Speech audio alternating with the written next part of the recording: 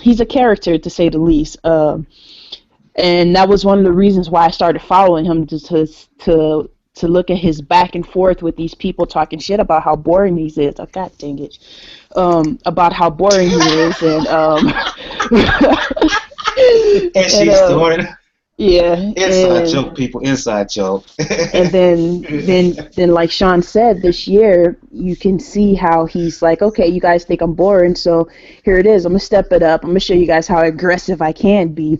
And I don't know if you guys remember. I think it was the first knockdown that he got with, he knocked Jean down with, and at the end of the bell, Jean went back to Crawford's corner. And he kind of ushered him out of his corner, like, dude, you doing in my corner? This is my corner. Get on. And I don't know if you guys remember hearing Roy. Roy explained what happened right there. No, I'm not gonna repeat what he says because I'm on this little, this binge of not, being myself. You already broke. No one heard me. No one heard me. No one heard it. No one heard it. But other than that, like I said, the critics everybody's going to have a critic. Everybody's going to have something negative to say about Crawford because he's not that your typical meat punching bag standing out in the middle of the ring trading punches looking retarded. I mean the boxing is the art of hitting and not being hit. I mean, it's the sweet science, and that's what he does. Now we all enjoy the brawls here and now and then, the major KOs, the body shots. I mean, we're all vicious beasts. We love that stuff. We live and we thrive on it. So yes, but not every boxer's gonna be like that, and I dig Crawford's style. I'm going back to you on this one, Isha. News broke the day of the fight, Saturday, that Manny Pacquiao announced that he's going to fight in April in what will be his last fight. He's going to retire after that. So in many ways, this fight between Crawford and John was like a not just a showcase, but an audition for Crawford. Right. To throw his name in the mix. Right. The potential, what percentage would you give Crawford coming off of this performance? And Crawford said he would love to fight Pacquiao. What percentage would you give Crawford of landing that bout? And then everybody can respond afterwards. So the future of Terence Crawford. Do you think he can fight? Do you think he will fight Pacquiao? If not, who do you think he will fight? Because it's time. It's time for him to fight a big bout. I mean, the only names that they're throwing out there right now for Pacquiao is Pacquiao Bradley, Pacquiao Rios, and now they're throwing Bud's name in there. And of the three that we just named, I don't think many people want to see a Pacquiao Rios again or a Pacquiao Bradley again. And no one definitely does not want to see a JMM fight against Pacquiao again for the umpteenth time. So most people don't want to see Terence fight him yet because they don't think that he's done enough to warrant him that type of a stage. Me personally, I don't want to see him fight Pacquiao, and it's not for negative reasons. I would rather see him go and fight the guy with the belt, just like Gennadi's doing. He's grabbing all the belts in his weight division because I don't want him to sit on the shelf chasing a dream. You know what I'm saying? Saying that, oh, I'm going to wait. I'm trying to get this fight. Where, like Gail said, he needs to be fighting multiple times in a year, not waiting. He needs to build himself up so people can stop having these doubts. Well, he's not ready. He doesn't deserve, blah, blah, blah. So I'd rather see him fight Postol, so, honestly, because he's the guy there with a belt. It's a fight that can easily be made. And him fighting Pacquiao, I just don't see it. I don't see it personally happen. I think they're going to go the Rios Bradley way, personally, the winner of that fight. And again, I'm just opening up for everybody to involve themselves in the discussion. The future of Terence Crawford. Do you think he will land a fight with Pacquiao? If not, who would you like to see Crawford fight in really a loaded 140, 147 division? Because again, like I said before, it's time. Crawford is ready for the big names, whoever it is. I think the next fight, well, if Crawford doesn't fight Pacquiao, which I still think is a distinct possibility, Put him in with Jesse Vargas and let's see what happens. Put him in with Bradley and let's see what happens. You know, all those guys are sort of reaching our. Yeah, I like that Crawford and Bradley. I like that. I like the Crawford Bradley. I also fight. like the Vargas too. Yeah, Rios. Nah, Rios. Well, Rios would have to have a really, really good showing against Bradley, and I'm not convinced he will. He just did his media day earlier this week. He's training in the new Robert Garcia facility that's in Riverside, California. It's a barn. It's an actual, honest-to-God, in the boonies barn that has to have mesh over the door to keep the flies from coming in. It was rustic, to say the least. You know, and he admits, hey, you know, I was a big deal up until I fought Manny. Now no one knows my name. I got to claw my way back. Seems to be taking it very seriously, but that guy has taken a lot of shots, a lot of beatings. That's the way he fights. I don't know how much is left in him. So Rios, no. Bradley, you know, Bradley's wife, who is also his manager, they've been very smart about their money. She wants him to get a few more paydays and quit. You know, they are done. Let's remember Bradley, took a real heavy-duty concussion and against Provodnikov, and we're not really sure, where he is since then. So he needs to show something in this fight too. This is a real test for both these guys. The loser, has a very short career left, if any. The winner, well, who knows? I don't think they'll put Crawford in against Postol. There's much better possibility that Postol faces someone like Amir Imam, which I think we'll talk about a little later in this discussion, which is a very exciting prospect. It's kind of interesting. As many guys as there are in this division, it's a very short list of possibilities. That's a very good point. Daniel, Sean, your thoughts on the future of Crawford? Crawford versus Pacquiao. What was that? Go ahead, Sean. No, go ahead. It's fine. All right, I'm sorry. I probably, say realistically, it should be to me, I wouldn't make the fight with Pacquiao yet. I don't think Crawford has done enough yet, and it's not a detriment to him. I just don't think the things have done things to marinate yet to make it a good fight.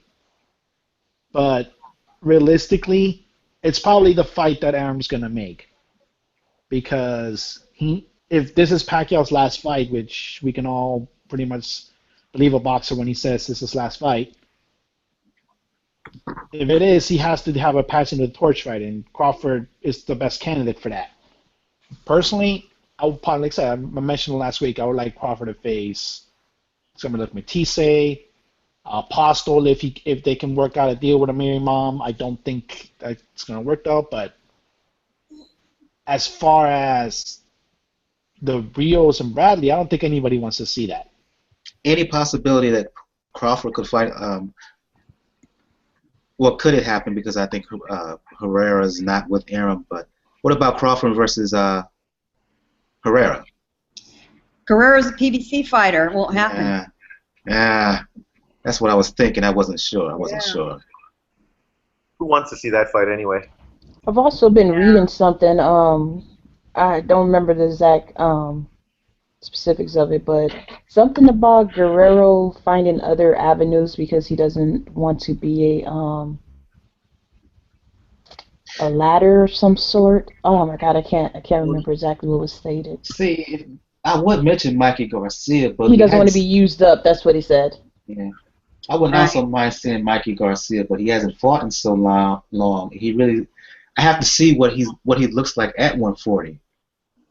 Well, and Mikey Garcia, when he comes back, is probably going to be a PBC fighter as well. Yeah, that's the thing. Yeah, he did say, "I'll make the Crawford fight as soon as Aram releases me." Right. He said, "Yeah, I would fight Terence Crawford if Top Rank would let me go." That's okay. Well, I know it will not happen. Nobody's talking about it. I'd love to see Crawford move up to 47 to fight Brooke. I'd watch that. I'd watch that all day. I watch him fight Brooke and Khan. Yep. I mean, I watch anybody that has a chance of knocking Khan's ass out though. Well, this is the interesting thing. Here we have Amir Khan, who has no dance partner. No one wants to dance with him at all. It's not that no one wants to dance with him. The one person that wants to dance with him, he keeps telling him that he's not good enough to dance with him. Right. Well, Yep. yeah, he needs to get out. Khan needs to get. Speaking of worrying about Crawford not being in the ring, Amir Khan needs to worry about getting in there. I don't care if he fights the dog catcher at this point. He needs a fight. I mean, Brooke keeps telling him, hey, let's fight. Let's do it here in England. Big fight, big money for both of us. And he keeps saying that, I don't have a problem with fighting Brooke, but he needs to prove himself. What do you mean, prove himself? What do you... Oh, my God. Yeah. Well, I think he means he needs to prove that he can't hurt Khan's cotton candy chin. Oh, man. I don't know about him having a cotton candy chin. I just don't think he wants to fight Brooke. He was waiting really for that Mayweather payday, and it just didn't come through. Whatever. Now he's trying to get a Pacquiao payday, and I don't know if that fight is going to happen. So Khan, I told y'all before, Khan is just being thirsty, looking for a big fight when there are other fights that he could make to establish himself. Too many fights that he can be fighting, and he's just not doing it. Right. I don't understand. And then yet you're still sitting idle trying to make these demands. If you're not fighting, you start to slowly lose your I'm the A side guy. It's what I say go. So, Yep. Absolutely. Let's move on. Chris Eubank Oh, what about Sean? Oh, I'm sorry. What about me? I'm sorry. My bad, Sean. My bad. Your thoughts, Sean. The future of Terence Crawford. I'm sorry. Well, I think this goes to what I was saying last week. The best fight for Crawford at this point would be Manny Pacquiao. I mean, why would Crawford go up to fight Brooke at 147? I mean, that's just a tough fight and doesn't benefit him at all. And he would probably need to go to the UK to do it. Whereas Manny is a pound-for-pound superstar, not so super anymore, which is probably why it's the best opportunity for him to get in there and work off of his shine. I mean, it's a great fight for Manny to go out because it's a top-level fight. People can't rip him and criticize him for picking soft opposition. And it's a great fight for Crawford because at this point, he is the fighter of the year 2 years ago. So, I mean, stepping up at this point isn't something out of the norm. I mean, he fought a guy who's similar in Gamboa, but smaller, but like a powerful, fast fighter who's sort of shorter. And he got hit and had some problems with him. So, I mean, we could see how this fight would be really a good fight, and for both of them, I mean, it would be a good payday. It would be a good launching pad for Crawford. As far as Khan, I mean, I don't mind Khan for Manny as well. I think, obviously, that's a good fight. It's good because they could do it outside of the U.S., whether it was in the Middle East or in the UK, which would both be great. If Manny Pacquiao is going to end his career, it would be nice to do it on like an international sort of level, which would put him out with a big bang. And it's exactly what Khan wants as well, that big name fight.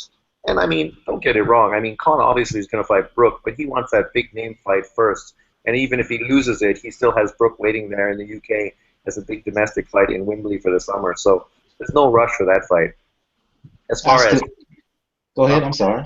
As far as Brooke, I mean, the potential fight they're looking for, I mean, depending on how Bradley looks in this fight against Rios, that's a big fight that is a potential fight for Brooke. I mean, Bradley has shown that he's not afraid to go to the UK to fight. He's also one of the top names at 147. I mean, he deserves a big fight as well, just because of all the things he's done. And, I mean, that fight was being talked about before the Chavez-Rios sort of fights aligned the way they are. So it would be a natural sort of fight. I mean, as far as their promoters, it would easily work out. So, I mean, there wouldn't be any promotional issues. So that would be a great fight as well. And it's a good fight for Brooke because people are criticizing him because he just came out last week to say he's the best guy at 147. And I can't say he's wrong because who is really better than him. Not to say he is number one, but I mean he has an argument. So fighting Bradley would be a good fight to put on his resume to sort of reinforce that claim that he made. I still say for the record that I would be okay if Pacquiao. You might have to mute Sean. Mute your mic because I'm in echo. I'll still say for the record I think Pacquiao should retire. He has nothing to prove, but that's just me. But hey, yeah, I guess he's going to fight on, and if Crawford's there, people are going to watch it and whatnot. So it is what it is.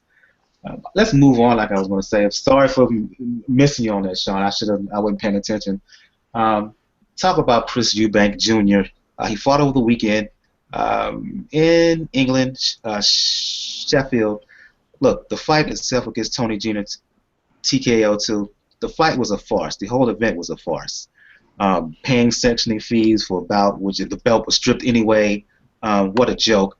And you knew it was a complete mismatch going in, but so no real discussion on the fight itself. I want to talk about Chris Eubank Jr. standing at 160.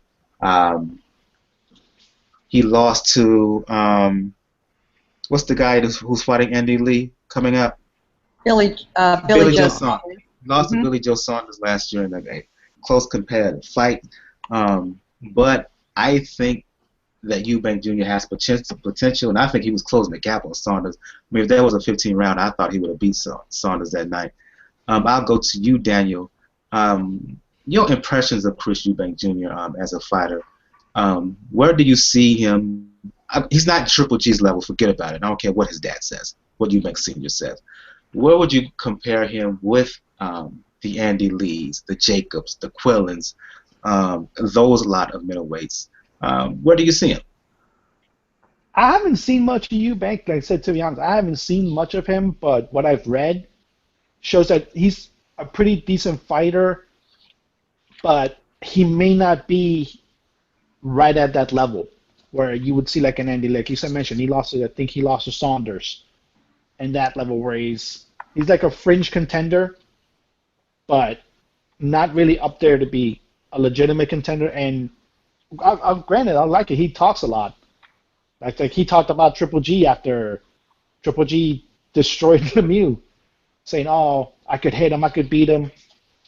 I'm like, I like the confidence, but I haven't seen much, unfortunately, of him because it's the whole situation regarding that whole fight and that whole belt situation was just confusing to begin with. Because think about it, he defended the belt and was stripped of it right afterwards. Right. Yep. Yeah, so that is the situation prior to him, but I think he probably could be on the fringe. I wouldn't mind seeing him against somebody like Jacobs or Quillin, because Jacobs or Quillin are probably, to me, they're not top 5, but they're top 10 middleweights. So I don't mind seeing him against that, but against somebody like Lee, against somebody like Triple G, there's no chance.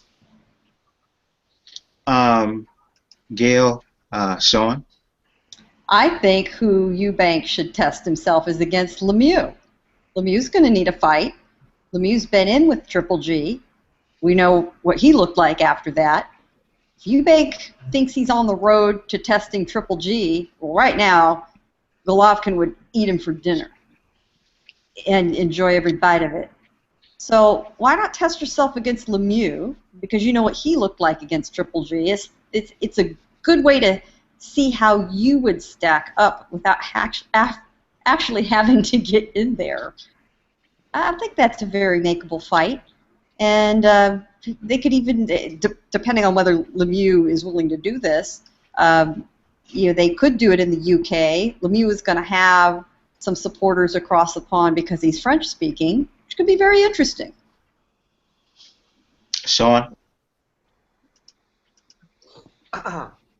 Eubanks, a good young fighter. I mean, a big guy for 160. I mean, really, he's at that point where he could easily go up to 168 as well. I think he gives everybody at 160 a tough fight, even GGG. I mean, I don't think he would beat him, but he's a big, strong, powerful guy. He's got a longer reach, and he has power. And I mean, yeah, he looks drum tight at that weight. I don't know how the hell he's making 160. His diet must be just spot on.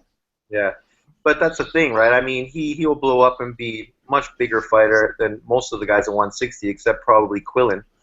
And I think now he has a new trainer because obviously they felt that he had some issues as far as the technical aspect of boxing. That's why he got beat by Saunders. You know, Saunders was just too good of a boxer for him, and he was relying just on the uppercut and trying to overpower him and wasn't able to adjust it and use any other skills. So now he has a new trainer, and I'm sure that's what they're trying to, like, refine his skills a little bit before pushing him up to upper level. But I don't see how long he's going to be able to last at 160. I mean, him and Quillen, they're much more 168 fighters who, you know, probably within a year will both be at 168. But, you know, I think wasn't Eubanks a GGG mandatory under one of his belts as well? I think so. Yeah. So, I mean, obviously that's not one of the top fights. I mean, for GGG right now, I mean, we know that the Johnson fight and the Andy Lee fight, and of course Canelo when he KOs Cotto, are probably the top 3 fights. But after that, I mean, Eubank is probably the 4th fight for them, you know, as far as promoters and ease to make the fight. I think he's right up there as one of the guys that GGG is looking at. Absolutely. Let's move on. And I'm going to you on this one, Isha. Talk about a couple of fights we were watching live and live tweeting, as a matter of fact, last week on Showbox. I want to start with the main event of that Showbox card.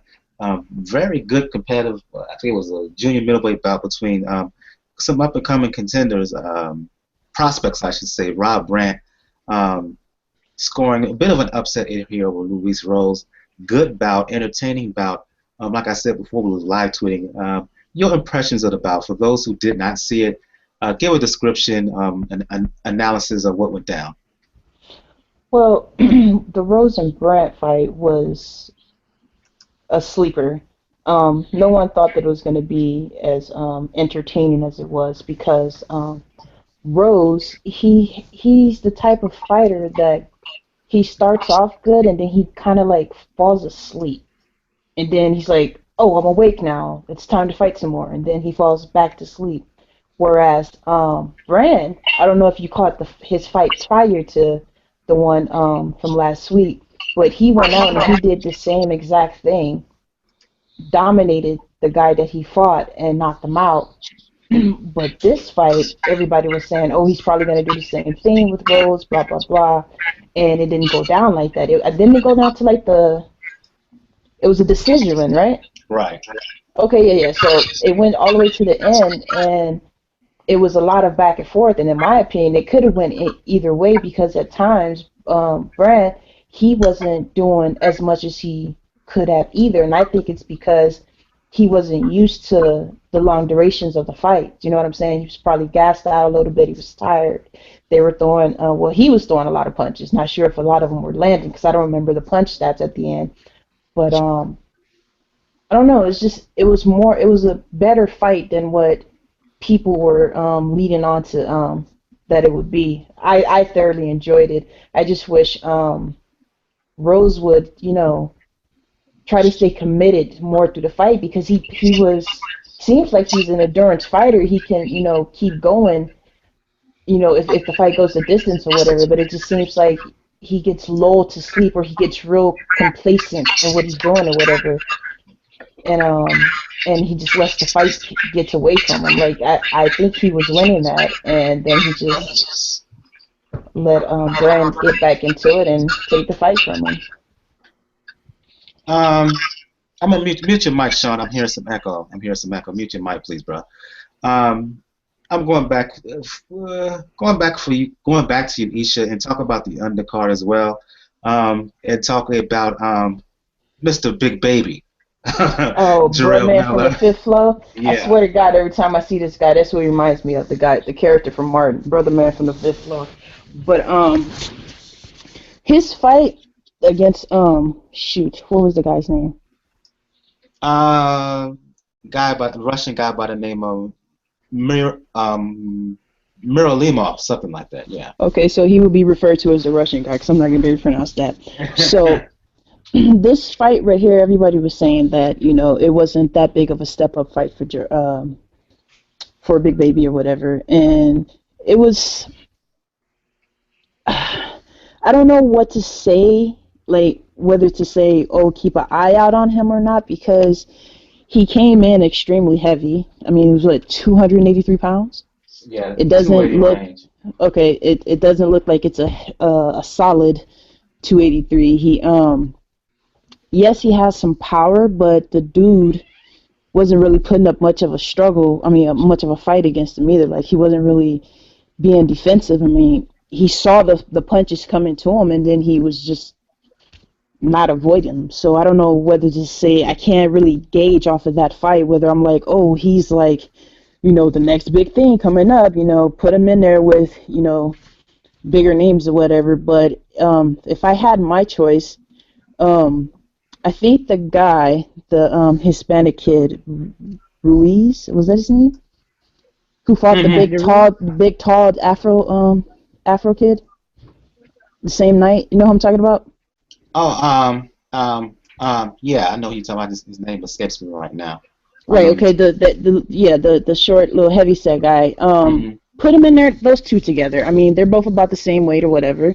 Um, both seem to have some intelligent power, and for me, it'll show me where Big Baby is, because the Ruiz guy, if that's his name, I'm sorry if that's not his name, but he has some really strong punching power, and despite his body shape, he has a lot of endurance to go the distance. So I think it would be a good matchup for the two. But as far as like him showcasing against the Russian guy, it didn't say anything for me. And because he doesn't fight that often on television, you can't really gauge it off previous fights of his either, because I've only saw 3 total fights of his. I'm gonna open it up for everybody. If anybody saw those fights, um, Brant close winner with Rose, as well as Big Baby Miller. Your thoughts, for anybody, if you saw it. Now mute your mic, everybody, please. All right. All right. Can you guys hear me? Yeah, go ahead. All right. Yeah, I saw 3 fights. That the main event did not disappoint. One good thing I mentioned, like about Rose, like this. If he would have won the fight, it would have been, I think, the 5th undefeated prospect he would have beaten in a row. And that was the main thing that they were pushing it towards the fight. And it was good back and forth. It's true, Brant established early, but then fell asleep, but came back, and he did enough to win. And it was a very close fight. I would have been happy with either guy winning. The scorecards were actually good in this fight. The heavyweights for the Big Baby, it was a decent knockout. But I'll admit, that guy that he was fighting, the Russian guy, I think he fought before. I think he was in Showbox before, and he was known for not really having much of a defense. He just relied a lot on power and just overwhelming guys. It just showed up. A bigger guy just happened to knock him out. And then I forgot the name of the light heavyweight guy. Like the second time, like he was the underdog on Showbox, and he comes out with, like, I think, a second, third round knockout. What's his name? Clarkson? I think his name was. Yeah. Samuel Clarkson, I think his name was, yeah. Yeah, that was impressive. That was impressive. It was actually a good card overall. Yes, a it really was. good night in Showbox. Gail, Sean, if you saw the card, any comments on it? I was watching local fights that night, didn't catch it. Interesting to read about what went down and how close the one fight with Brant was. And, Rose has had a very, very tough life. He was homeless at one point. So, yeah, that was a hard fight to see anybody lose. Sean? You got your mic muted, Sean. Did you see the Showbox card? If so, your thoughts on what went down? No, I didn't see it. I'm in Taiwan, so time differences and things make sometimes I miss fights. Okay. Let's move on. Talk about the news here. I'm gonna switch things up, and a lot of controversy over the fact that Ronda Rousey is going to be on the cover of Ring Magazine January 2016 issue. I'm coming out with a blog probably tomorrow, Friday, if not Friday, Saturday for sure, talking about this. A lot of folks within the boxing community do not like it. At first, I was like, yeah, whatever. But after really thinking about it, I can see their point, and I'm not a fan of it either. I'm going to you, Gail. My issue with it, and I'm going to you, Mike, Gail. My issue kind of stems from the discussion that you and Giandra from Bad Culture and Mrs. Boxing Diva had in regards to Michelle Beadle getting a gig on Jim Lampley's show, boxing show on HBO. Correct me. Part of you ladies' contention with Beadle was, A, she's not really a boxing fan and not really invested in the sport. And you can tell by her interviews and the fact that she really doesn't talk boxing at all. B, your issue was that there are other women who are really deeply involved in the sport that deserve the gig. Give them a shot.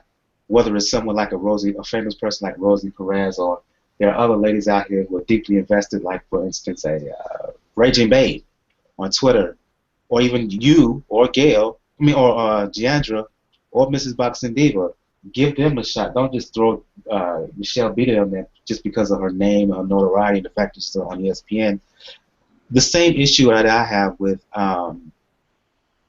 Rousey on the cover. Number one, she's an MMA fighter. Why would you put an MMA fighter there, UFC specific, when she's not a boxer? And you have Dana White, who will take shots at boxing every chance he gets, dismissing the sport.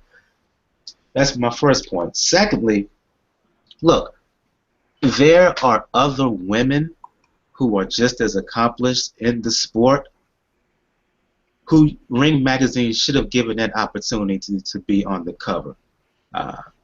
They could have got a Jackie Nava. They could have got Cecilia Brackers. They could have got a Delphine Pearson. They could have got a litany of other fighters, Amanda Serrano, Layla McCarter, other top-notch women fighters, and I make this argument on Facebook, and I'm going to continue to make this argument. Cecilia Brackers is just as accomplished, more accomplished as a woman in boxing than Ronda Rousey is as a woman in UFC. But yet they basically gave Rousey that spot because of her popularity, because of her notoriety. It seems that it was a cheap way for Ring Magazine to get popularity, to get hits, to get views and whatnot. Just for me, you don't feature a UFC fighter specifically when folks from UFC diss boxing all the time. B, it's really a middle finger to women boxing in particular who are out here on the grind, working, doing their thing, and successful, who will benefit from the opportunity, but they just don't get it from Ring Magazine or anywhere else. Well, there's a very good reason she's on the cover. We're talking about it right now. This is the Just Spell My Name Right school of publicity. And Ring Magazine wants to call attention, make a little money, get people to pick it up. I get it. And I could make a case, and this is a stretch, I'm going to say so right up front. I could make a case for putting somebody like Rousey on the cover if you want to compare and contrast her career as a young fighter, working her way up, working the media, working the sponsors, as an example of how to handle your career. And translate that to other combat sports. Admittedly, a bit of a stretch. Would I like to have seen other female fighters on there? Absolutely. I, for one, would like to have seen and hope to at least someday here in the next year see Claressa Shields.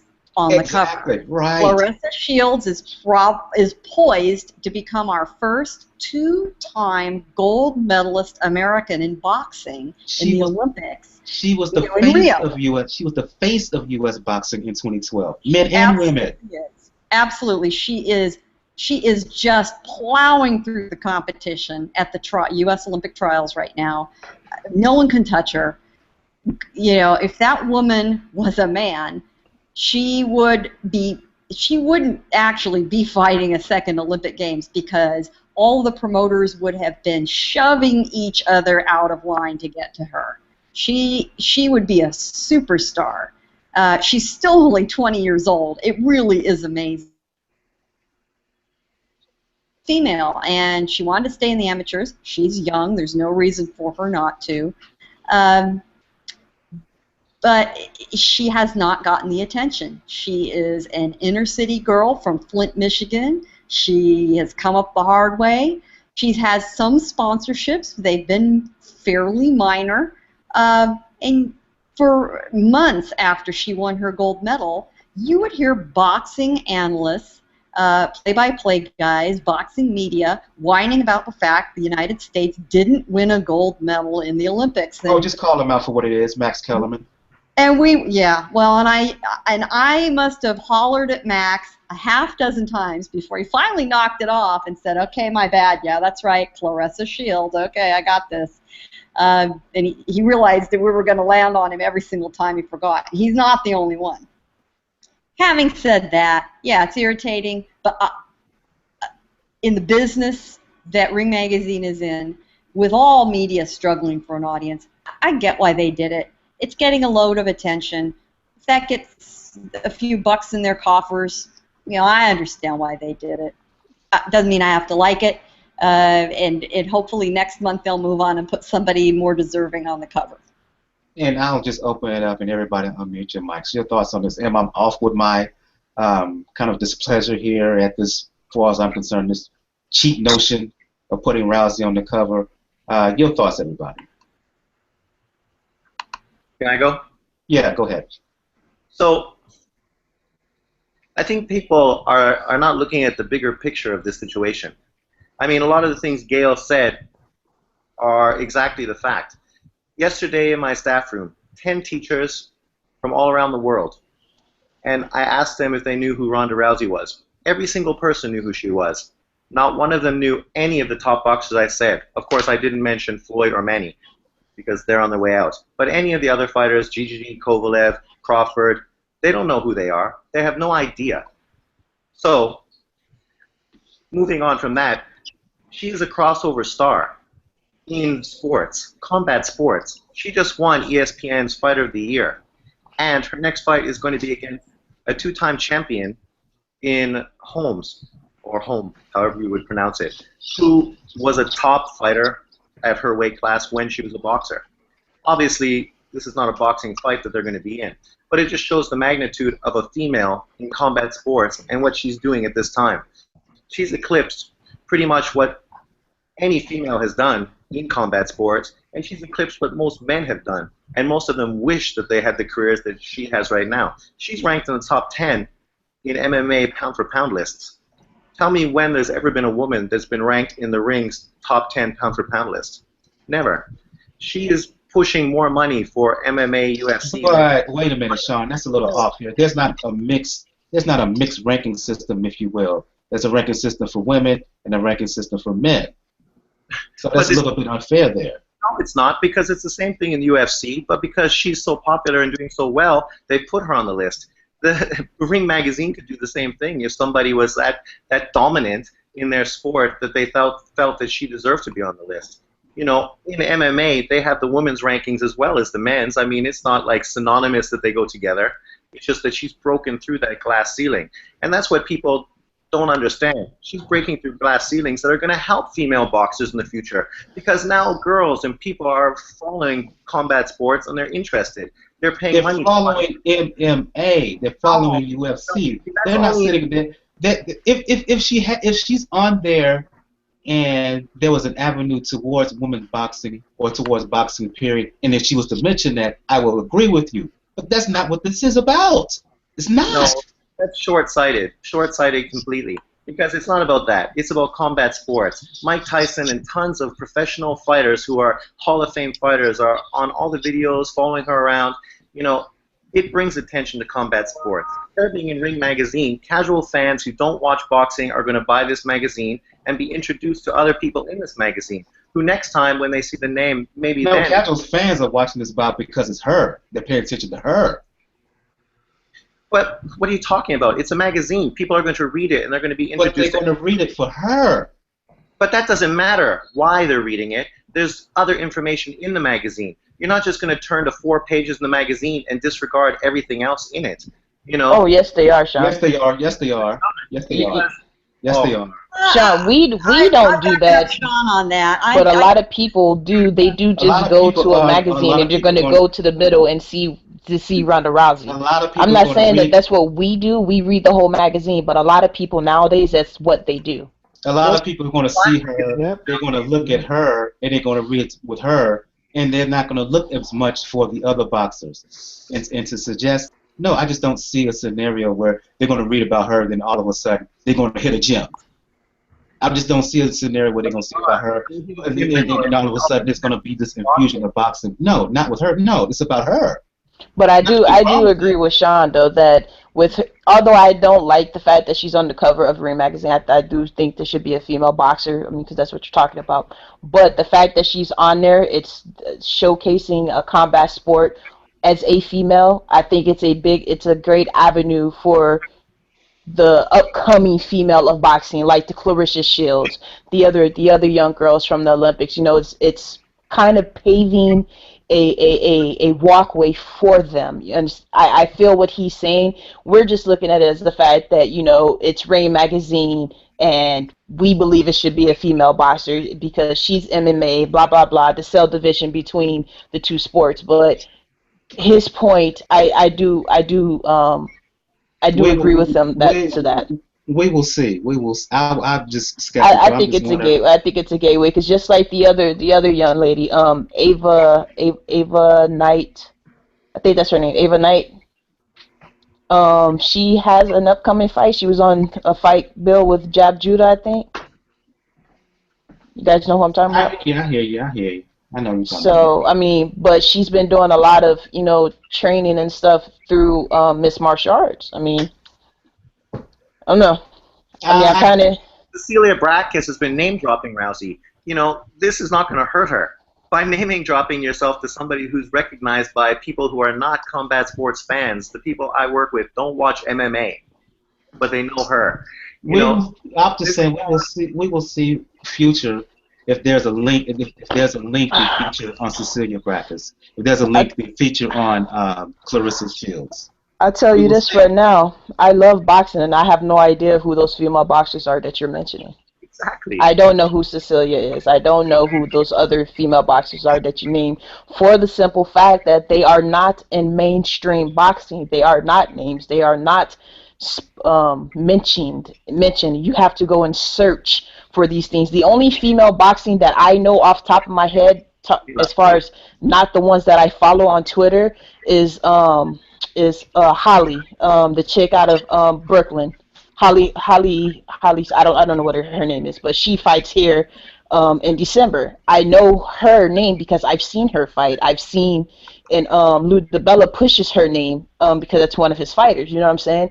So if the females aren't getting that type of exposure, obviously they're not gonna be known as much as a Ronda Rousey, and that's why their name isn't on, or their picture is not on the Ring Magazine. It's not Ring Magazine's job to promote these other names. It's their job to promote their company, and with Ronda Rousey's face, that's putting money in their pocket because people are going to buy that thing. I get that. But like Sean said, you put a group of people in a room and you ask them, hey, you know who Ronda Rousey is? And oh yeah, she's fucking amazing, blah blah blah. Yo, you know who Clarissa Shields is? Who? Exactly. I know who Clarissa Shields is because I follow her on Twitter, and I know about her little documentary that they're doing that's going to be showing next year. She's probably one of the only fighters that I do know from the Olympic circuit, and that's only because I follow her on Twitter. Other than that, I wouldn't know who she is. I wouldn't know who Ava is because these names aren't these female names aren't thrown out like that. I would argue that if Ring Magazine, if they're really concerned about boxing, part of it is their responsibility. But I'm gonna bring Daniel into this. Now, your thoughts on this? On the Rousey cover, it's good. First, we have to say for what it is. It's good business. Ring Magazine is not a magazine that doesn't get print monthly. I think it's printed quarterly. And to sell, and frankly, like, how many newsstands have you seen Ring Magazine in when they're out? I, for one, have to, like, do scavenger hunts in Long Island just to find it. So, and if that tells you that one of the reasons why they put somebody like Rousey there, I get the point. I get the fact that, yeah, it's a boxing magazine. It should have, like, either female boxers or women that are in boxing. Like, I would love to see Ann Wolfe there, considering what she's done and just to get her more fighters in her camp. But it's good. It's legitimately good business. And Ring Magazine, because they're not owned by Golden Boy, they do sometimes get a little bit of grief for putting Golden Boy fighters on their covers. And the logical thing would have been to put Canelo on the cover this time around because of the fight with Cotto coming up. So they would have caught more grief there. So they went in a way where it's actually decent business coming in. And I agree with Sean. I agree with Isha. Ronda Rousey is a crossover star. She's actually, I think, the first legitimate crossover star female in combat sports that isn't just solely on her looks. I think that was one of the things I got, I think, with, which one was it, Gina Carano? When she was doing MMA, but then more people focus on her looks. Ronda Rousey, like, it's the armbar. She got you on there. She's gonna sneak you submit. So it is a good way to push other females coming in because you have the first major example of a female in combat sports that is universally known outside of the combat sports sphere. So it's good business. I get the argument why people wouldn't want it against it, but at the end of the day, like I said, Ring Magazine is a magazine. They are trying to sell magazines. And this is a good way to sell a magazine, especially if it's a magazine that doesn't get a lot of space in the shelf compared to other magazines. I hear you. You have a point, but I'm just concerned for the sport, period. Yes, it's good business, but ultimately, at the end of the day, what does it mean for boxing's sake? And like I said, as someone who's concerned about women in boxing, what does it mean for that? It may be good for them now, but say a year from now, are we going to see anything come from it? I hope so. The past has made me skeptical. The past has made me skeptical. And I'm just not sure whether there's going to be some ramification from this moving forward. That's just my only concern. And again, there are women boxers out there who are just as deserving to be on there as Ronda Rousey. I understand her popularity. I understand she's a transcendent figure, but it would be nice to see Cecilia Brackett there too, because she kicks ass. And I don't like to go in here, but she has looks too.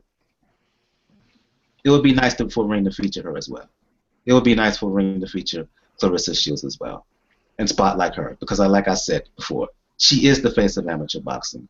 And if she was a man, after 2012, they would have gave her high 6-figure, 7-figure deal, and she'd be fighting professional right now. And it's a shame that she's not known. It's a shame. It is, but people then should really just get on the and like sanctioning bodies and on the networks to feature them more. And Ring Magazine could play a role in doing that. Why haven't they? Like I said, it's a good point. Like I said, it's a tough issue. I admit it's a tough issue to cross in, but it is what it is at the moment. It's going to take some kind of force to change it. Yeah, you're right. Let's move on to mention Clarissa Shields. Well, right now she's competing in the U.S. Olympic trials this week in Memphis. I'm going to you, Gail. Like I said, like you said, Clarissa Shields, she's kicking butt there, but there's been a big upset early on as let me look at it right now as Marlena Esparza, she got beat last night. Yeah, she sure did. She lost a decision to a fighter named Virginia Fuchs, who is a LSU graduate, and beat the #1 seed. And Esparza is also the reigning world champion.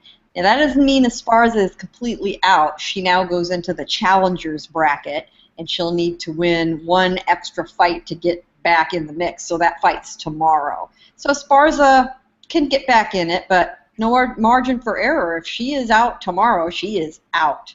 And the U.S. Olympic Committee will not be happy because Marlon has been the face of American women's boxing. She does get a lot of sponsorships. She did very well during the last Olympics. Particularly from the as far Latino as market. visibility did, although she did not get a gold medal. So it was Clarissa who got the gold medal. So Esparza will face the winner of the other contenders bracket, which is either Giovanna Camacho or Christina Cruz, and that's the flyweight division. Shields is plowing through the middleweight division. Yeah, She's she so beat my dominant. homegirl. She beat my homegirl Raquel Miller by 2-1 decision last night. So yeah. You know, and Raquel is a really good fighter. Yes, she is. You know, Yes, she is. She's just got the unfortunate timing to be out there with Shields. So, yeah, hopefully Raquel will hang in there. I assume that once Shields gets her next medal, she'll be on to professional ranks. Well, actually, she has a chance to fight Shields again. Miller was undefeated in that bout. She's fighting an eliminated bout against the winner of, I think, either Francesca Chus or Sierra Taylor. So we may see a rematch between the two. We may.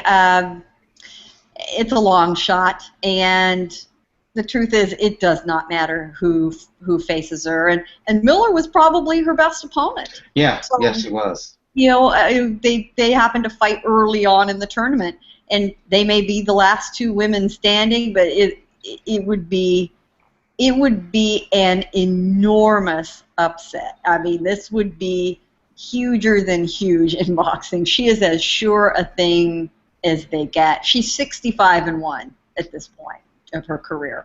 Esparza is going to have a fight on her hands.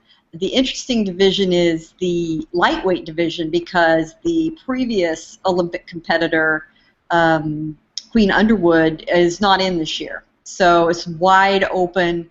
And I think your winner is going to be this little sensation out of California, Yahira Gonzalez. And the 18-year-old girl? Yeah, she's only 18, and she is really fiery. I hope she comes in. I think she's going to bring a little excitement to that women's Olympic team, and she's on her way. But a lot could happen in that division. There's a lot of very interesting competitors in that division, including another woman from San Diego who is an attorney who's put her law career on hold to box, and I think she's 30. So we'll see what happens. I'm going to open it up for everybody here. Any comments on the Olympic trials? Daniel, Sean, if you've been following it, Isha, if you've been following it, if so, your thoughts on the U.S. Olympic trials going on this week for the ladies. Unmute your mic, everybody. Unfortunately, like, I haven't been following it. I've been swamped, unfortunately, with the NBA tip-off. So I've been following that for the site that I'm working on. So unfortunately, I haven't been following the trials, but it's something that I tend to focus on more when the Olympic year gets in there. Sean, have you been paying attention to any of it? No, I haven't. You know, I haven't really seen too much things on stream sites over here in Taiwan that had Yeah, the unfortunate thing, Sean, you won't find video of it because there's no streaming of it. So your best bet is to go to USA Boxing site and check some stuff on Twitter where there's been some live tweeting on it. So Yeah, I don't really use Twitter, so I mean, I think I miss out on a lot there because I know lots of videos and stuff is passed on. yeah, absolutely. Let's move on to some more news. I'm going to you on this one, Isha. You broke the news of this fight. It looks like Victor Postol, fresh off of his stoppage over Lucas Matisse. You've been checking some stuff out on Twitter, and what you were telling me, it looks like the mandatory fight with Amir Imam is happening.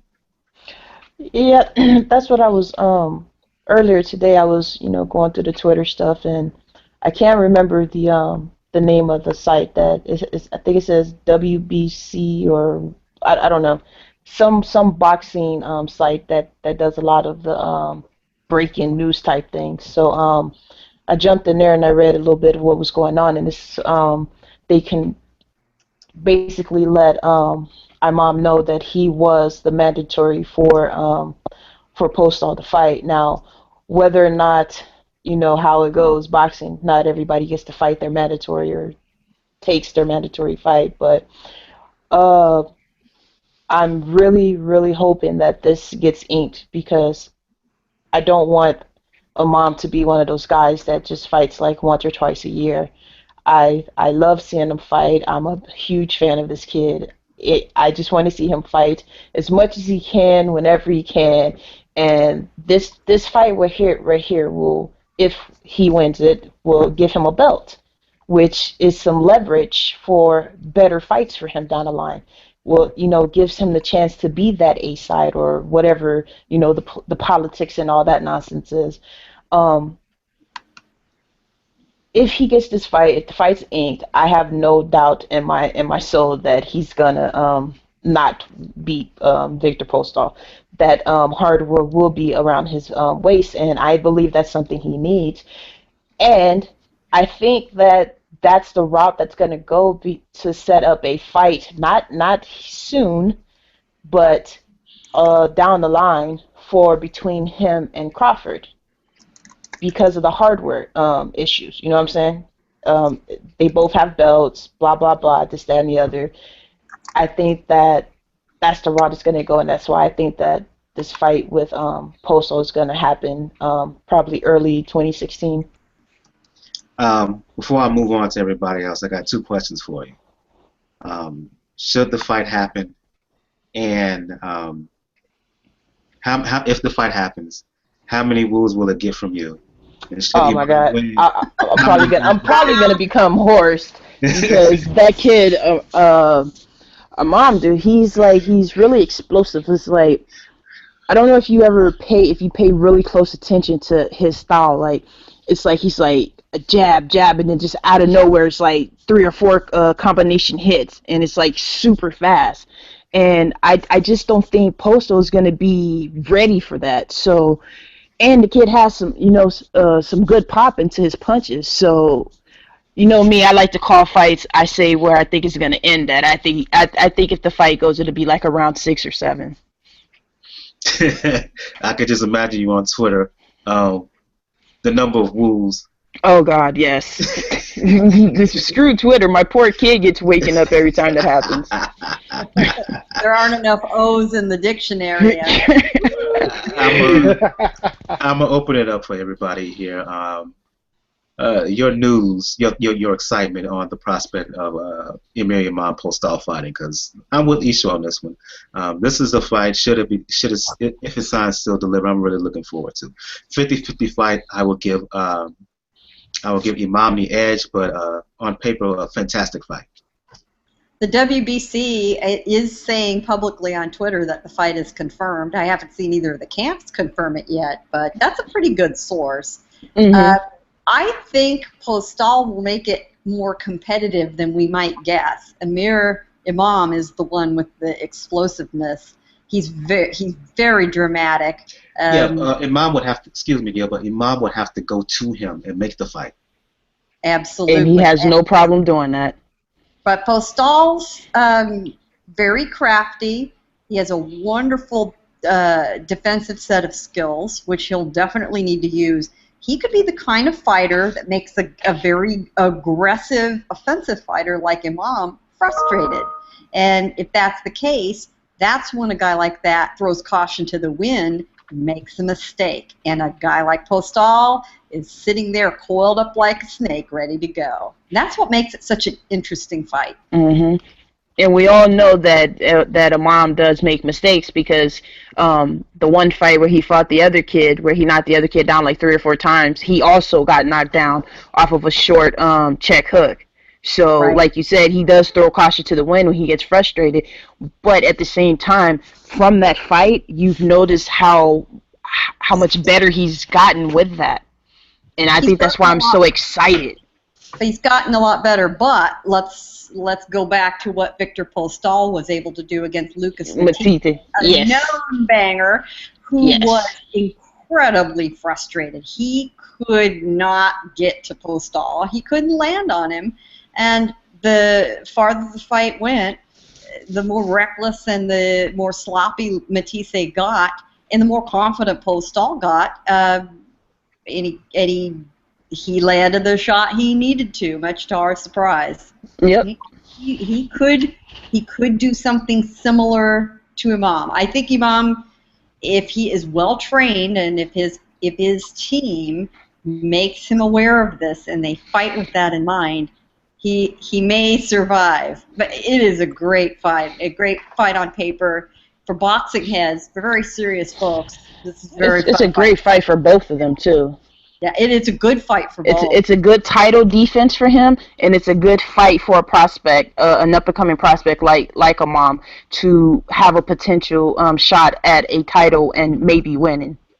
And Victor Postol under his belt. They're both very tall for this weight class, which is also a great matchup.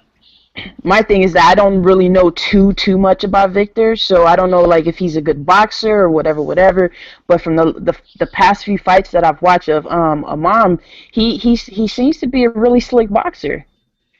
He is very slick. Postol is a good defensive fighter with surprising pop, and Freddie Roach has done a very good job with him. Actually, nice. It's Marvin Samodio who's done the good job with Postol. Yeah, I'm going to correct you on that. That just makes me more excited to want to see the fight. Let's bring Sean Daniel into your thoughts, fellas, on this possible fight. Oh yeah, I want this fight. I want this fight because Imam to me is one. I could put him there with Crawford as the 2 best African American boxers in the light division right now that are young. Errol Spence throwing in there too. Yeah, he's very crafty. He is a bit offensive minded. It's true he did get knocked down in his last fight, but because he is a bit more of a technician, I can see him give a little bit of problems to Postol because the 2 times we've seen Postol on American TV, it's been against punchers. It's been against people he has overwhelmingly the advantage of skill-wise. I wouldn't give him that much of an advantage against Imam. Imam is a bit of a technician, but he's more offensive-minded. There's a reason he's called the young master. So it's be a good fight. It's a great fight for Postol too, because it would show that he can do better with it. He can do great against somebody that's more technically sound than just a puncher. And for Imam, it's a great opportunity. It's a chance at a belt. It's a chance to make your name in what's supposed to be the post-Mayweather era. And quite frankly, because as much as I despise his business practices, boxing is just a little bit more entertaining when Don King's around. And bring on Mayweather! Bring on Mayweather! Yep, and that's the thing. That's the thing. He's pretty much all that Don King has left right after Stavern decided to crap the bed against Wilder by not training hard enough. Yeah, and here's the thing, and I'm gonna bring Sean into this. Here's the thing about Imam. he shows a new facet to his repertoire every time you see him. One fight you see him, you see the jab improving. The other time, next time out, you see him, the left hook is better. Another time you see him, the defense is better. Talk about the fight, Sean, and do you think you mentioned in the chat the reach of Imam, but also the body punching? The body punching. How much of a factor should this fight come off? Do you think that will? How much of a role do you think that will play? Well, Iman is my #1 prospect in boxing, and I think it's great that he's getting this big opportunity so quick. You know, not wasting a lot of time. Stepped up gradually, you know, against good competition, was brought along the proper way, and now he's got this great opportunity. Hats off to Postol. You know, this is a tough fight to take after winning your first title, because I mean, like you're saying, the problem with a guy like Iman is he's young, and you can watch tape about his last 2 fights, but that doesn't mean that's what you're going to have to deal with when you face him this time, because he's continuing to learn and he's continuing to refine his craft, and he does improve on something all the time. And I mean, he's got that power, he's got the reach. I mean, that's the thing. Postol has always had the reach advantage over these flat-footed, sort of tough, hard-punching fighters. But now he's got a guy that also has an equally long reach, is fast, and a little more elusive, and you know, also very dangerous. So I could see Postol winning because he is more experienced and he has a tough style and he could frustrate Iman. But you know, you could see the opposite way. You could see Amir Imam go in there and, you know, knock the shit out of Postol and raise himself to #1 at 140. Because at this point, who has Crawford beat that you can put at the same level of a Postol? You know, I mean, this would definitely push him to, I think, the top of the 140 division. Not to say that other guys couldn't challenge him. They could. But, I mean, based on what he's done, you would have to give him a lot of props for that, because this is a legitimate fight, like people have said, a true 50-50 fight against a really seasoned, experienced, tough fighter to beat against this young prospect who, you know, who knows where the ceiling is for him. And that's the exciting thing, because the ceiling is high. And every fight we're expecting to see something great from him. You know, I'm just getting goosebumps just talking about him. And he is a great body puncher. But it might be hard to land body punches against Postol, who's really good with his range. And, you know, we have to see how the fight works out and what develops. And that's what's exciting, because it's not easy to predict what's going to happen one way or the other. Because you could see Iman fighting several different styles based on what Postol gives him.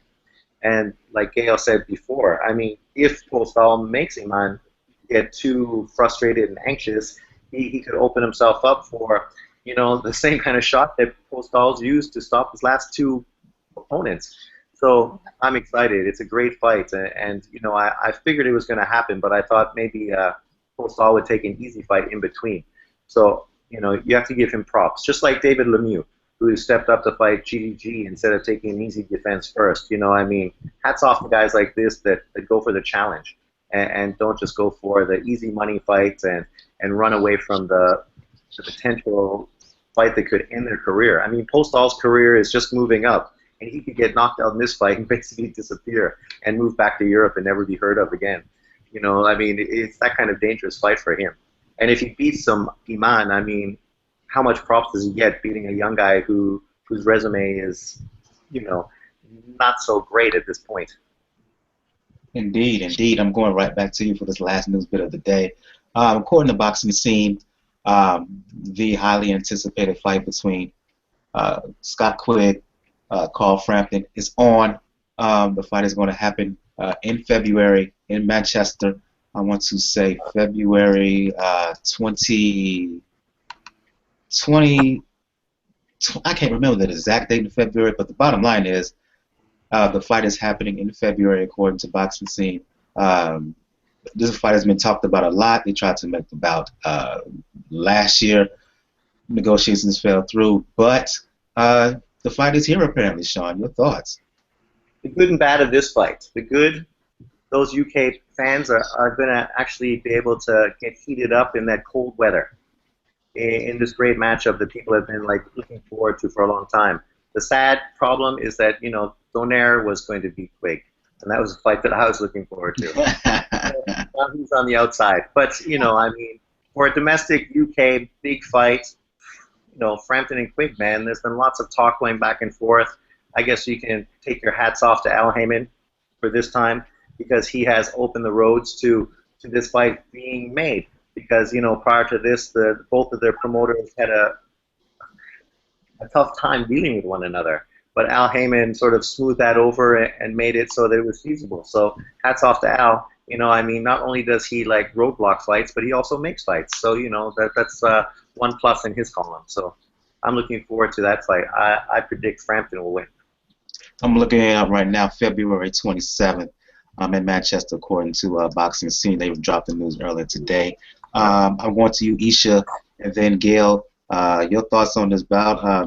Very good bout on paper. Outside of Rigondeaux, probably the best. More than likely, to a lot of folks, the best best junior featherweights in the world, not named Rigondeaux, getting in the ring and fighting. It's boxing. I mean, of course, I'm down for it, but I don't, like I told you before, I don't really know too much about the UK boxers. I know the names. I know who Scott Quigg is. I've never really seen him fight. I saw Frampton fight twice. The one time he fought the Hispanic kid here, which was a fantastic fight, and one other time I just don't remember who it was. But like you said, outside of the Donaires and the Rios, it looks like this is the fight to watch and not to miss. It looks like that these two. I don't know, because then I go back to remembering people saying that Quigg's last fight wasn't that impressive, and I remember Frampton's fight was impressive for the simple fact that how he composed himself, once he got over the jitters or whatever the hell it was of fighting here on TV on the stage against the one kid where he who knocked him down twice or whatever. So I don't know where Quigg and Frampton stack up against each other, but if Quigg isn't anywhere remotely close to Frampton's level, I don't see him winning. And because I don't know much about Quigg, I'm just going to automatically say I'm going to pull for Frampton because I've seen him fight twice and I like his style. This is what I'll do. As the fight comes along, I will send you some video of Quigg, some fights of his, because he has fights all over YouTube. And Okay. I'll share some links with you there. I'll go to Gail, then Daniel, your thoughts on looks like Frampton and Quigg is finally happening. Well, Frampton is Heyman's guy, and Frampton had his first fight in the United States in July, and he struggled. As Isha alluded to, he was knocked down early, much to everyone's shock. He claimed that he was having problems with the canvas being kind of unstable under his feet, different than he was used to in the UK. It's kind of an odd thing to say. But he came back and won a decent decision. It wasn't the walkover victory that most of us thought he would get. But Gonzalez is a little bit underrated, as far as I'm concerned. Excuse me, Gail. I think Gonzalez is a little underrated. Yeah, I don't think he would have had a walkaway, but it wasn't the performance people expected. I think that's fair to say. On the same day, earlier in the day, in the UK, Quigg destroyed Kiko Martinez in 2 rounds. It was a spectacular victory. Quigg has always had a chip on his shoulder over Frampton. He feels he isn't getting his due, that Frampton is the golden boy in the division, everyone loves him, and he's the guy everyone props up, and that he's over here saying, hey, hello, here I am. I've got an undefeated record. I actually, will have just as good, if not better, a record than Carl does. Give me some love. So it's an interesting matchup. They're both undefeated. They both have a lot to lose. It's a great UK fight. And I think Quigg has got a damn good chance of beating Frampton. He looked so much better in his last fight. And he has that intangible thing that I love that we just talked about a little bit with Terence Crawford. He's got a chip on his shoulder, and he's pissed. And I like a boxer who's just a little bit pissed off for that extra bit of motivation. I'd call it for Quigg at this point. See, with Gail saying that, now I have to go and look up some fights of his because, like I said, I can't give an honest opinion because I don't know much about the UK fighters, and with that, now I'm intrigued to see who this guy is. Invest 10 minutes on YouTube and looking at that last fight with Martinez, and you will enjoy it. And that goes for everybody listening. Make sure you look that up and take a coffee break during work one day and take a look. You'll get a kick out of it. All right. Your thoughts, Daniel? Another fight, like I said, that I want to see. This has been compared to having the potential in the UK of being their Vasquez Marquez. Yeah, that's a good analogy. Very good one. Yeah, that's a really good analogy, and it's true. Scott Quigg has had a chip on his shoulder when it comes to Carl Frampton. It, like I said, it reminds me to what Kell Brook is going through with Amir Khan, where like one guy's regarded as the golden boy, yet I'm the one still selling out here at home. And the only question mainly that I have when it comes to this fight is it going to be a PBC fight? I'm not sure. Let me look it up.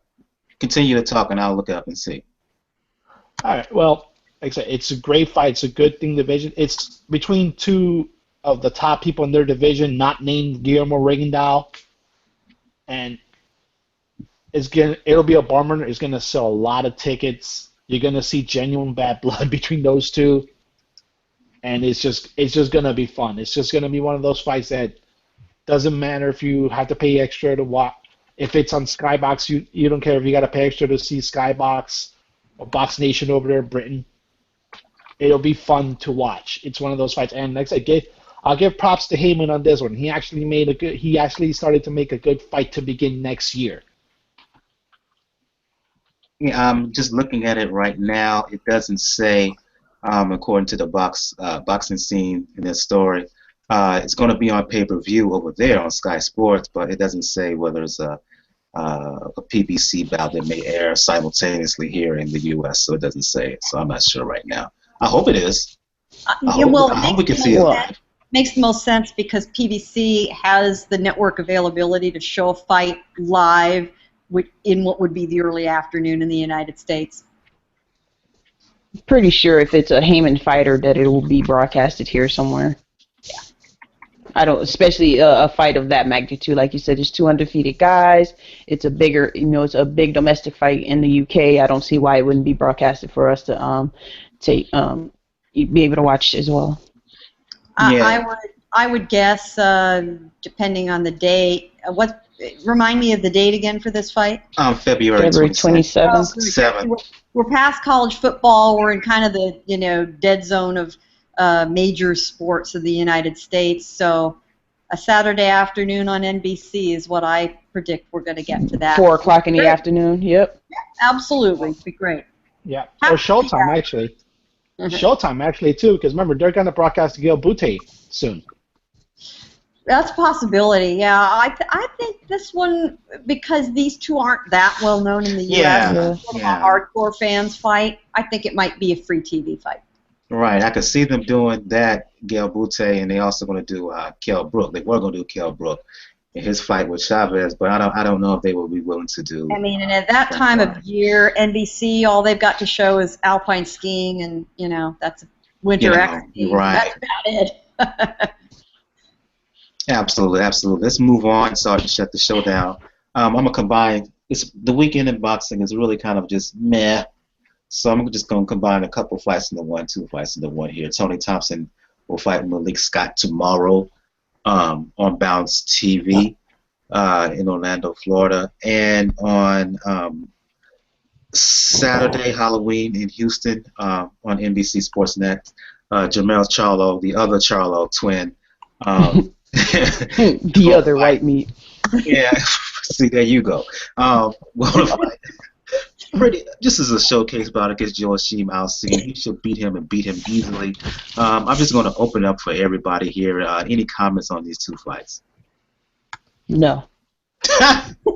I really, I think that's well put, actually. Yeah. I don't know who Tony Thompson is, and as far as Malik Scott, the only thing I know about him is the negative banter that he got for his fight against Deontay Wilder.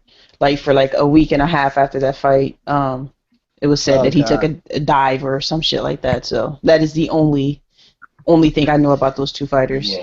Yeah, I try to put that out of my memory. Thanks for just reminding me of that. I'm sorry. I mean, you asked. Look, that's your fault for bringing it up, buddy. Yeah. Well, this is pretty much the Wilder sweepstakes at this point because they're trying to push any way they can to avoid Povetkin at this point. So if they can make it like, oh, Malik Scott's out for revenge now against Wilder. LOL. Heyman will do that in a second, but yeah, I'm with you on this one. I heard that Wilder's going to be fighting Chavez Jr. next. I don't know how true that is. You know what? Roll-a-rama. You know what? You had to mention Chavez. See, that's why you trolled. That's why you muted yourself. That's why she muted herself. Yeah, good thing. You know, the one interesting fight on the card slightly is the featherweight Gervonta Davis, who is a Mayweather fighter, who's undefeated. Yeah, he's 12-0 with 11 knockouts. And that is the only reason why I'm tuning in. Yeah, he's throwing that out there. His overall ranking in the featherweight division, which is pretty rich right now, is not up there, but mainly because he has such a thin record. But he's looked very good. He had a good fight on the Mayweather Berto undercard. He got a first round knockout. Yeah, it was a very nice little win. And he has had not a lot of rounds because he's winning early. He's only going 2, 3, 4 rounds. That's probably the best fight on the card. I don't know if we're even going to see that on TV, however. Yeah, apparently the kid got some nasty, untapped power. So, I mean, I'd like to see him. He's 12-0, and he's only fought 24 total rounds. That tells you what you need to know. Exactly. Yeah. So I don't know if it's because it's cupcakes, obviously, but I'm following him. Let me just say it like that. I'm going to be following his career just to see where it goes. Yeah. Because he seems interesting at the moment. Well, Floyd is very, very big on him. Very big on him. Floyd was also pretty big on Broner, too, wasn't he? Well, but Broner wasn't one of his guys. Right. Okay. Mayweather's stable. The two stars are Badu Jack and Davis at this point. Gotcha. Yeah. Any thoughts, Sean? Or is it just like whatever? You know, I mean, it's another PBC card of top-end guys that should win. Obviously, they expect Scott to win, but I hope Thompson wins. And I don't think anybody is picking what's-his-face Alcine over Charlo. This is just a stay-busy fight, basically, for him. And then he can say that he beat the guy that beat Lemieux. Right. There you see. There's always something cynical behind all of this. God, I didn't even realize that. Not cynical. No. I'm not talking about from you. I'm just talking about like why is he not fighting someone other than this person? Well, there you go. He gets to say that he fought the guy or beat the guy that beat Lemieux. Disgusting. But maybe it'll push for him in a GGG fight in a few years. Oh, what I wouldn't do to see any of those people get in the ring with GGG. Oh, my God. And it's not because it's a good fight. It's just for sheer amusement for myself. Hey, the Charlo boys in like 2 years, they might actually be like top-level challenges for him based on style. I hope so. I just like to see people get punched in the face. I'm gonna go back to a point that Gail made earlier about liking fighters with that angry chip when they fight. Mm-hmm. And I'd like to bring out the fight with Gennady versus Daniel Gil, okay. Mm-hmm. That punch where him and Daniel exchanged at the same time. Gail, do you remember that punch that I'm talking about? Yeah, the actual knockout punch. Right. Now, do you remember the freeze frame that they did where they showed the the amount of anger, intense anger in Gennadi's face? Just a flash, but when he is in there, yeah, he is a different animal when he steps in the ring. I mean, everyone comments on it. His trainer, Hugo Sanchez, comments on it. He is two different people. And it is really important for fighters, whatever combat sport you're in, to be able to compartmentalize like that. You can't walk around really angry all the time. It's just not good for you. Right. But you also can't always be friendly with everybody either. And him and Terence Crawford have that median down packed, and that's probably one of the reasons why I enjoy them so much. Because they're good guys or whatever, but you can go, well, what? You have to learn how to turn it on and make it work for you, and how to turn it off, and learn to shut your mind off from that. You have to find other things to do, and sometimes it's in your personality.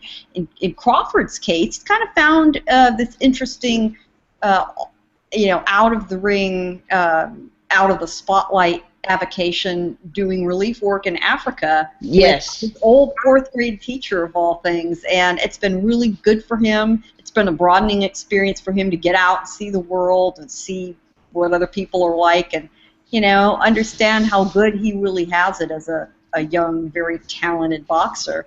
And it's made him humble.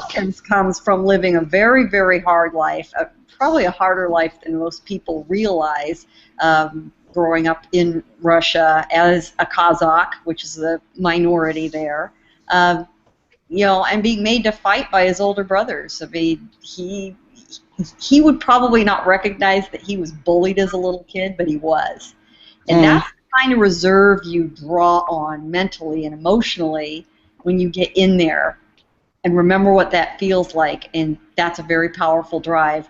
That's why you don't see a lot of people coming from comfortable circumstances becoming great combat fighters, no matter whether it's boxing, mixed martial arts, or anything else. Right. Because you have to be able to find that, and you really can't imagine it unless you've been there. Yeah, you got to have been there in order to visualize the truth in it. I feel you on that. But that's what makes me, every time I see that in Gennady, that's where my hype comes from. I just get like this real intense, like, yeah, let's do it. Look at her. She wanted to cuss. She wanted it so bad. She wanted to. She wanted to. But I didn't. And what's fascinating is he's so polite. He is such a happy character outside the ring.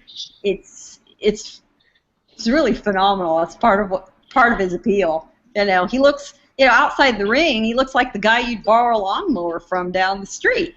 Right. You never know. Yeah. So you must love Kovalev, because that guy is a murderer. Oh, I do. I am a Kovalev fan for that particular reason. But Kovalev, he doesn't. Pissed all the time. He's a mean son of a bitch outside. And I love it. Mofo all the way. Yeah. And I love every freaking moment of it. He's not the nicest of guys outside the ring in comparison to Golovkin. No. Of all the folks they showed in the crowd at Madison Square Garden during the Golovkin Lemieux card, Kovalev got the biggest reaction. And he grinned like he was a living jack-o'-lantern. It was hilarious. Yeah. That was funny. Well, you should get it there. Like it's New York and New Jersey. Like they built their base for Kovalev there. Absolutely, it was so smart of them to do that. So smart, yeah. So I think we're going to see a Ward Kovalev fight, as Ward has just signed to be on the undercard of Cotto Canelo, fighting at a light heavyweight weight for the first time. Nice. And it should be a very interesting outing. Yeah, yeah. If I was in a bar fight, I'd rather have Kovalev with me instead of Gennady, for sure. Yeah, I agree. I can just imagine Gennady saying, guys, come on. It's no drama show right now, guys. Just be calm. You're a good boy. Whereas Kovalev is like, you piece of, you want some of this, buddy? Yeah, come and get it. Oh, man. Absolutely. I think we're going to shut the show down on that note before Isha starts spewing some Oh four-letter yes, words. please. It's killing me inside. Please end the show. Let's just let the cat out of the bag. Isha, she's kind of made kind of had a moratorium, if you will. She thinks she cusses too much, so she's limiting herself in that regard. So, and she's been good for the most part, minus a word early in the show where she didn't say. But I'm gonna let her cook. Nobody heard that. Well, I didn't hear anything. I heard nothing. Yeah, I think we're going to shut the show down on that note. On the next episode, we will do a recap of Tony Thompson and Scott and talk a little bit more about Jermell Charlo. We will also do a preview of Tim Bradley. He's returning to the ring. New trainer in Teddy Atlas. He's fighting Brandon Rios. On the undercard of that bout, Lucille Lomachenko is basically a showcase bout. Let's just call it out for what it is. Also, around that time period, Alex Povetkin, he will fight in Russia. And Ruslan Provodnikov, he's having a fight in Monte Carlo. So we will talk about all of those bouts in the next episode of Pound Without Box Report. I'm going to go around the table here, on the panel here, excuse me. Daniel, join us. Thanks for joining us on the show, Daniel, for folks who want to talk boxing and whatnot. Let the folks know where they can find you. All right. Thanks for the afternoon, guys. First, like I said, you can find me on Twitter at Rockers99. I do write for the Inscriber. Like I said, I do focus on boxing, but I do a lot of basketball too, mainly the Miami Heat. So you can catch me on articles there on the Inscriber, and I think I'm probably going to also do a small little podcast with the folks at 4Boxing News. And we also we do the same thing, give our perspectives on the week's events. Yeah, we ought to do some networking. You're on my show all the time. Maybe do some networking between you, what you're doing in Pound for Pound. We need to talk about it afterwards. So get that hooked up. Going to you, Isha, joining us live from Jersey, the casual boxing fan for folks who want to talk boxing or anything else. Or some of those ratchet videos that you like to put on Facebook. Oh, God. Let the folks know where they can hit you. You can hit me up on Twitter at The Casual Boxing Fan. That is me. Gail Falkenthal from Communities Digital News. Let the folks know if they want to talk boxing, Game of Thrones, Dancing with the Stars, horse racing, not horse racing, but Tour de France, dog shows. Let the folks know where they can find you. I've been known to talk horse racing once in a while, although it's not my big thing. But my regular boxing coverage is at Communities Digital News, which is COMMDIGI News, ComDigi News, or you just Google Gail Falkenthal, you'll fall over it. And I'm always on Twitter when I'm watching a fight at PR Pro San Diego. Sean Newton, he's all over the place, getting the love and the hate. All over the YTBC for folks who want to check you out and talk boxing or anything with you. Let the folks know where they can find you and talk about your video series that you're doing. Yeah, you can see me here on the YTBC. I've been putting out quite a few videos.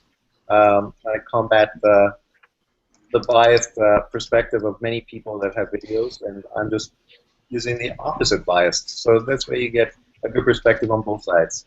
And yes, if you want to hate, there's lots of hate coming my way. So please bring it. And hey, Daniel, come on. Chicago Bulls all the way. Oh my God. Oh my God. Gosh, Oh my God. Stop it, Sean. Come on. Big game tomorrow, though. Yeah, the same Sean who was rooting for Notre Dame until my Clemson Tigers beat him. But that's neither here nor there. No, I'll give Notre Dame credit. If they win out, they'll probably make the BCS playoffs. So I'll give them credit for that. They've played well since.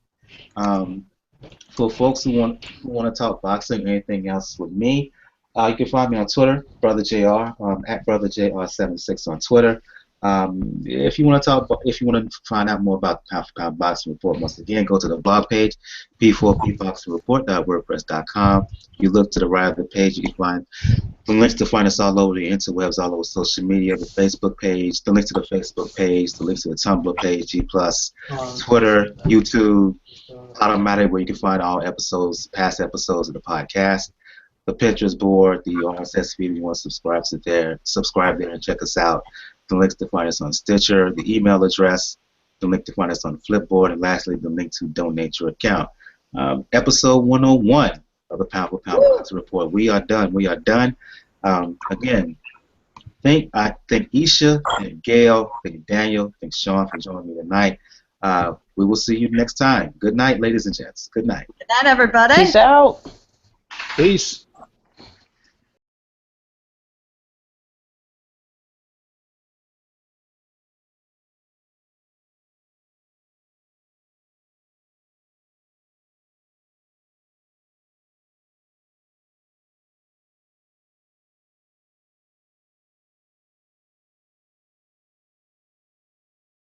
Next, I don't know how true that is. You know what? You know what? You know what? You know what? You know what? Roll-a-rama. You know what? You had to mention the chopper as see. That's why you troll. That's why you muted yourself. That's why she muted herself. Yeah, good thing. You know, the one interesting fight on the card slightly is the featherweight Gervonta Davis, who is a Mayweather fighter, who's undefeated. Yeah, he's 12-0 with 11 knockouts. And that is the only reason why I'm tuning in. Yeah, so Just throwing that out there. His overall ranking in the featherweight division, which is pretty rich right now, is not up there, but mainly because he has such a thin record. But he's looked very good. He had a good fight on the Mayweather Berto undercard. He got a first round TKO. Knockout, yeah. It was a very nice little win, and he has had not a lot of rounds because he's winning early. He's only going 2, 3, 4 rounds. That's probably the best fight on the card. I don't know if we're even going to see that on TV, however. Yeah, apparently the kid got some nasty, untapped power. So, I mean, well, I'd like to see him. He's 12-0, and he's only fought 24 total rounds. That tells you what you need to know. Exactly. Yeah. So I don't know if it's because it's cupcakes, obviously, but I'm following him. Let me just say it like that. I'm going to be following his career just to see where it goes. Yeah. Because he seems interesting at the moment. Floyd is very, very big on him. Very big on him. Floyd was also pretty big on Broner, too, wasn't he? Well, but Broner wasn't one of his guys. Right. Okay. Mayweather's stable. The 2 stars are Badu Jack and Davis at this point. Gotcha. Yeah. Any thoughts, Sean? Or is it just like, whatever? You know, I mean, it's another PBC card of top-end guys that should win. Obviously, they expect Scott to win, but I hope Thompson wins. And I don't think anybody is picking, what's-his-face, Alcine over Charlo. This is just a stay-busy fight, basically, for him. And then he can say that he beat the guy that beat Lemieux. Right. There you see. There's always something cynical behind all of this. God, I didn't even realize that. Not cynical. No, I'm not talking about from you. I'm just talking about like why is he not fighting someone other than this person? Well, there you go. He gets to say that he fought the guy or beat the guy that beat Lemieux. Disgusting. But maybe it'll push for him in a GGG fight in a few years. Oh, what I wouldn't do to see any of those people get in the ring with GGG. Oh my God. And it's not because it's a good fight. It's just for sheer amusement for myself. Hey, the Charlo boys in like 2 years, they might actually be like top level challenges for him based on style. I hope so. I just like to see people get punched in the face. I'm gonna go back to a point that Gail made earlier about liking fighters with that angry chip when they fight. Mm-hmm. And I'd like to bring out the fight with Gennady versus Daniel Gil, okay. Mm-hmm. That punch where him and Daniel exchanged at the same time. Gail, do you remember that punch I'm talking about? Yeah, the actual knockout punch. Right. Now, do you remember the freeze frame that they did where they showed the amount of intense anger in Gennady's face? Just a flash, but when he is in there, he is a different animal when he steps in the ring. I mean, everyone comments on it. His trainer, Hugo Sanchez, comments on it. He is two different people. And it is really important for fighters, whatever combat sport you're in, to be able to compartmentalize like that. You can't walk around really angry all the time. It's just not good for you. Right. But you also can't always be friendly with everybody either. And him and Terence Crawford have that median down packed, and that's probably one of the reasons why I enjoy them so much. Because they're good guys or whatever, but you can go what? You have to learn how to turn it on and make it work for you, and how to turn it off, and learn to shut your mind off from that. You have to find other things to do. I mean, sometimes it's in your personality. In Crawford's case, he's kind of found this interesting, out of the ring, out of the spotlight avocation, doing relief work in Africa. Yes. With his old fourth grade teacher of all things, and it's been really good for him. It's been a broadening experience for him to get out and see the world and see what other people are like, and understand how good he really has it as a young, very talented boxer. And it's made him humble. Comes from living a very, very hard life, probably a harder life than most people realize. Growing up in Russia as a Kazakh, which is a minority there, and being made to fight by his older brothers. I mean, he would probably not recognize that he was bullied as a little kid, but he was. And that's the kind of reserve you draw on mentally and emotionally when you get in there and remember what that feels like, and that's a very powerful drive. That's why you don't see a lot of people coming from comfortable circumstances becoming great combat fighters, no matter whether it's boxing, mixed martial arts, or anything else. Right.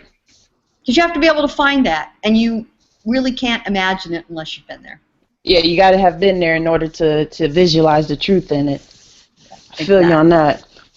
But that's what makes me, every time I see that in Gennady, that's where my hype comes from. I just get like this real intense, like, yeah, let's do it. Look at her. She wanted to cuss. She wanted it so bad. She wanted to. But I didn't. And what's fascinating is he's so polite. He is such a happy character outside the ring. It's really phenomenal. It's part of his appeal. He looks. Outside the ring, he looks like the guy you'd borrow a lawnmower from down the street. Right. You never know. Yeah. Well, you must love Kovalev, because that guy is a murderer. Oh, I do. I am a Kovalev fan for that particular reason. But Kovalev, he doesn't. Pissed all the time. He's a mean son of a bitch outside. And I love it. Mofo all the way. Yeah. And I love every freaking moment of it. He's not the nicest of guys outside the ring in comparison to Golovkin. No. Of all the folks they showed in the crowd at Madison Square Garden during the Golovkin Lemieux card, Kovalev got the biggest reaction. And he grinned like he was a living jack-o'-lantern. It was hilarious. Yeah. That was funny. Well, you should get it there. Like it's New York and New Jersey. Like they built their base for Kovalev there. Absolutely, it was so smart of them to do that. So smart, yeah. So I think we're going to see a Ward Kovalev fight, as Ward has just signed to be on the undercard of Cotto Canelo, fighting at a light heavyweight weight for the first time. Nice. And it should be a very interesting outing. Yeah, yeah. If I was in a bar fight, I'd rather have Kovalev with me instead of Gennady, for sure. Yeah, I agree. I can just imagine Gennady saying, guys, come on. It's no drama show right now, guys. Just be calm. You're a good boy. Whereas Kovalev is like, you piece of, you want some of this, buddy? Yeah, come and get it. Oh, man. Absolutely. I think we're going to shut the show down on that note before Isha starts spewing some full. Yes, please. It's killing me inside. Please end the show. Let's just let the cat out of the bag. Isha, she's kind of had a moratorium, if you will. She thinks she cusses too much, so she's limiting herself in that regard. So and she's been good for the most part, minus a word early in the show where she didn't say. But I'm gonna let her cook. I'm gonna let her cook. Nobody heard that. Well, I didn't hear anything. I heard nothing. Yeah, I think we're gonna shut the show down on that note. On the next episode, we will do a recap of Tony Thompson and Scott and talk a little bit more about Jermell Charlo. We will also do a preview of Tim Bradley. He's returning to the ring. New trainer in Teddy Atlas. He's fighting Brandon Rios. On the undercard of that bout, Wasil Lomachenko is basically a showcase bout. Let's just call it out for what it is. Also, around that time period, Alex Povetkin, he will fight in Russia. And Ruslan Provodnikov, he's having a fight in Monte Carlo. So we will talk about all of those bouts in the next episode of Pound for Pound Box Report. I'm going to go around the table here, on the panel here, excuse me. Daniel, join us. Thanks for joining us on the show, Daniel, for folks who want to talk boxing and whatnot. Let the folks know where they can find you. All right. Thanks for joining, guys. First, like I say, you can find me on Twitter at Rockers99. I do write for the Inscriber. Like I say, I do focus on boxing, but I do also a lot of basketball too, mainly the Miami Heat. So you can catch me on articles there on the Inscriber, and I think I'm probably going to also do a small little podcast with the folks at For Boxing News. And we also we do the same thing, give our perspectives on the week's events. Yeah, we ought to do some networking. You're on my show all the time. Maybe do some networking between you, what you're doing in Pound for Pound. We need to talk about it afterwards. So get that hooked up. Going to you, Isha, joining us live from Jersey, the casual boxing fan for folks who want to talk boxing or anything else. Or some of those ratchet videos that you like to put on Facebook. Oh, God. Let the folks know where they can hit you up. You can hit me up on Twitter at The Casual Boxing Fan. That is me. Gail Falkenthal from Community Digital News. Let the folks know if they want to talk boxing, Game of Thrones, Dancing with the Stars, horse racing, not horse racing, but Tour de France, dog shows. Let the folks know where they can find you. I've been known to talk horse racing once in a while, although it's not my big thing. But my regular boxing coverage is at Community's Digital News, which is COMMDIGI News, ComDigi News, or you just Google Gail Falkenthal, you'll fall over it. And I'm always on Twitter when I'm watching a fight at PR Pro San Diego. Sean Newton, he's all over the place, getting the love and the hate. All over the YTBC. For folks who want to check you out and talk boxing or anything with you, let the folks know where they can find you and talk about your video series that you're doing. Yeah, you can see me here on the YTBC. I've been putting out quite a few videos. I combat the biased perspective of many people that have videos, and I'm just using the opposite bias. So that's where you get a good perspective on both sides. And yes, if you want to hate, there's lots of hate coming my way. So please bring it. And hey, Daniel, come on. Chicago Bulls all the way. Oh my God. Oh my God. Gosh, Oh my God. Stop it, Sean. Come on. Big game tomorrow, though. Yeah, the same Sean who was rooting for Notre Dame until my Clemson Tigers beat him. But that's neither here nor there. We'll see the MVP better.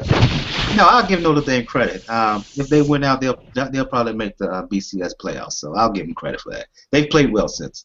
For folks who want to talk boxing or anything else with me, you can find me on Twitter, Brother JR, at Brother JR76 on Twitter.